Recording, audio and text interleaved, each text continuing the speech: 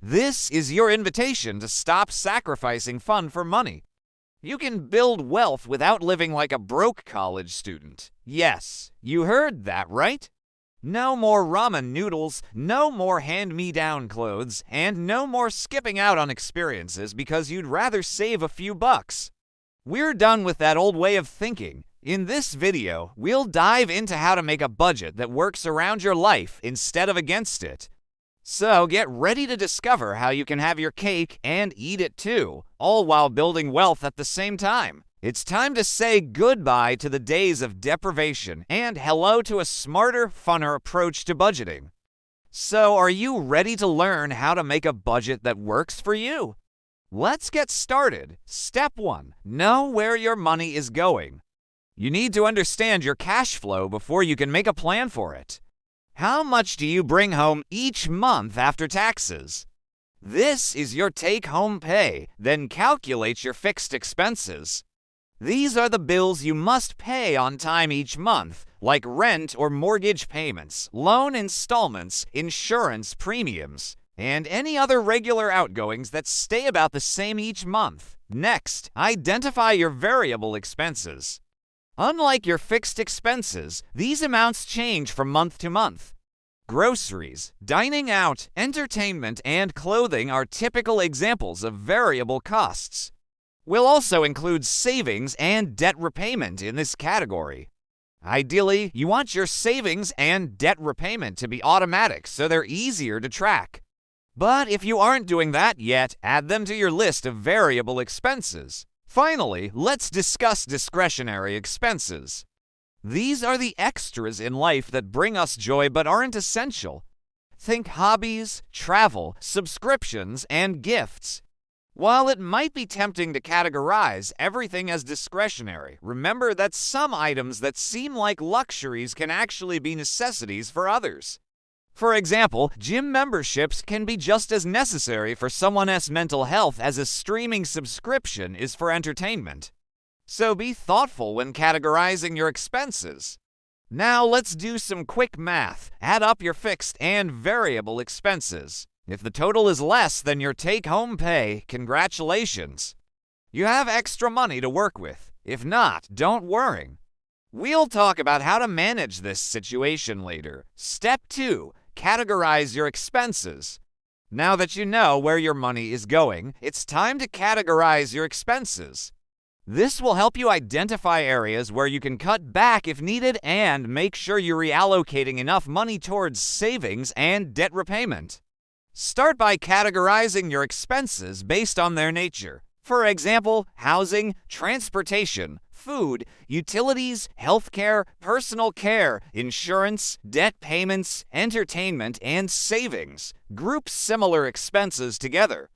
For example, if you have multiple credit cards with different interest rates, list them all under one category called credit card debt. This approach provides a clear picture of your overall spending and debt obligations. Be honest and realistic with your categorization. If you tend to overspend in certain areas, acknowledge it and make a plan to address it. Categorizing your expenses allows you to see where your money is going and identify areas where you can cut back if needed. It's an essential step towards creating a smart budget that works for you. Step 3. Find areas to cut back. Now that you have a clear understanding of your expenses, it's time to look for areas where you can cut back and reallocate your money towards your financial goals.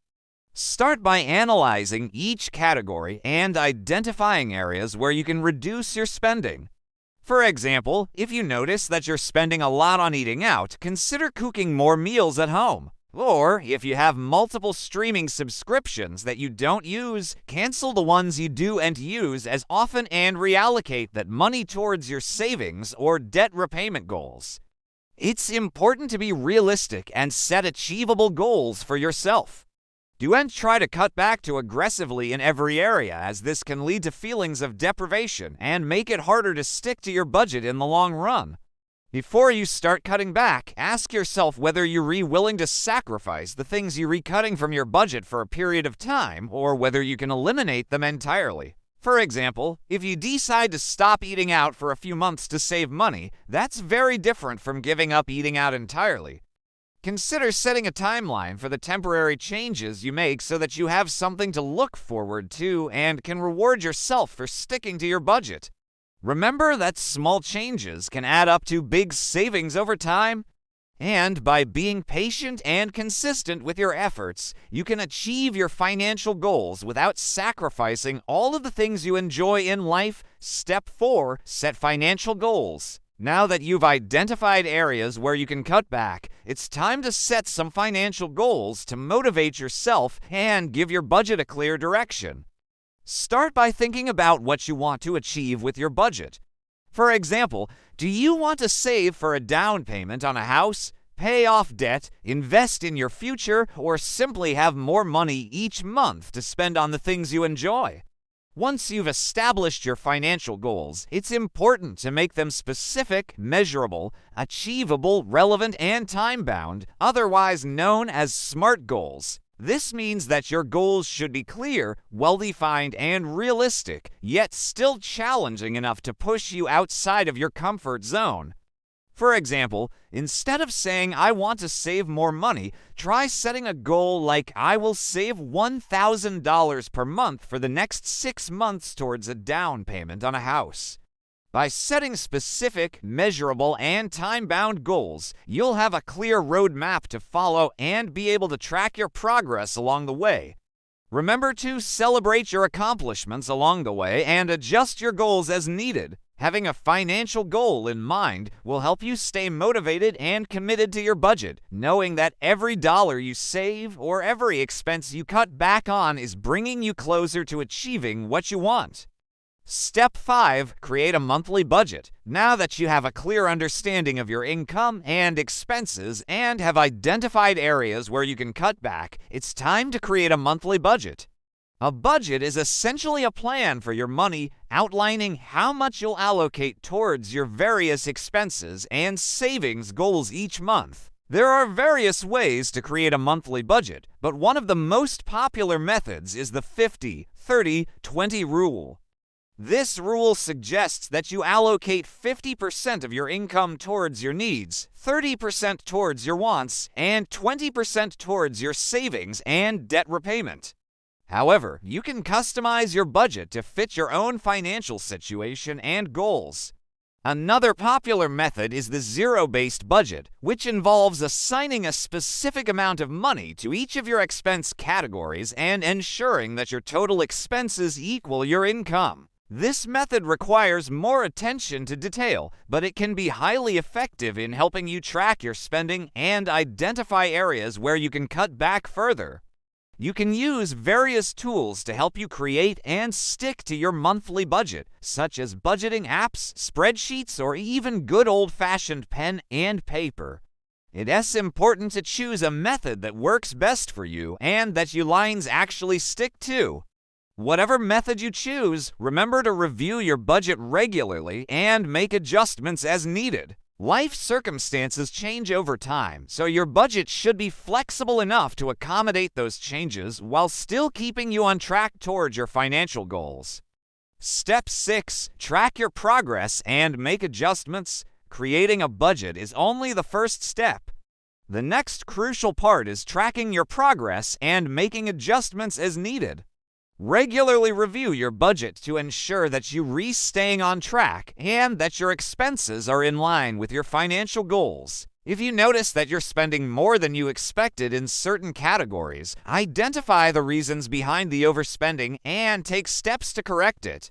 On the other hand, if you find that you're spending less than anticipated, consider reallocating the extra money towards your savings or debt repayment goals.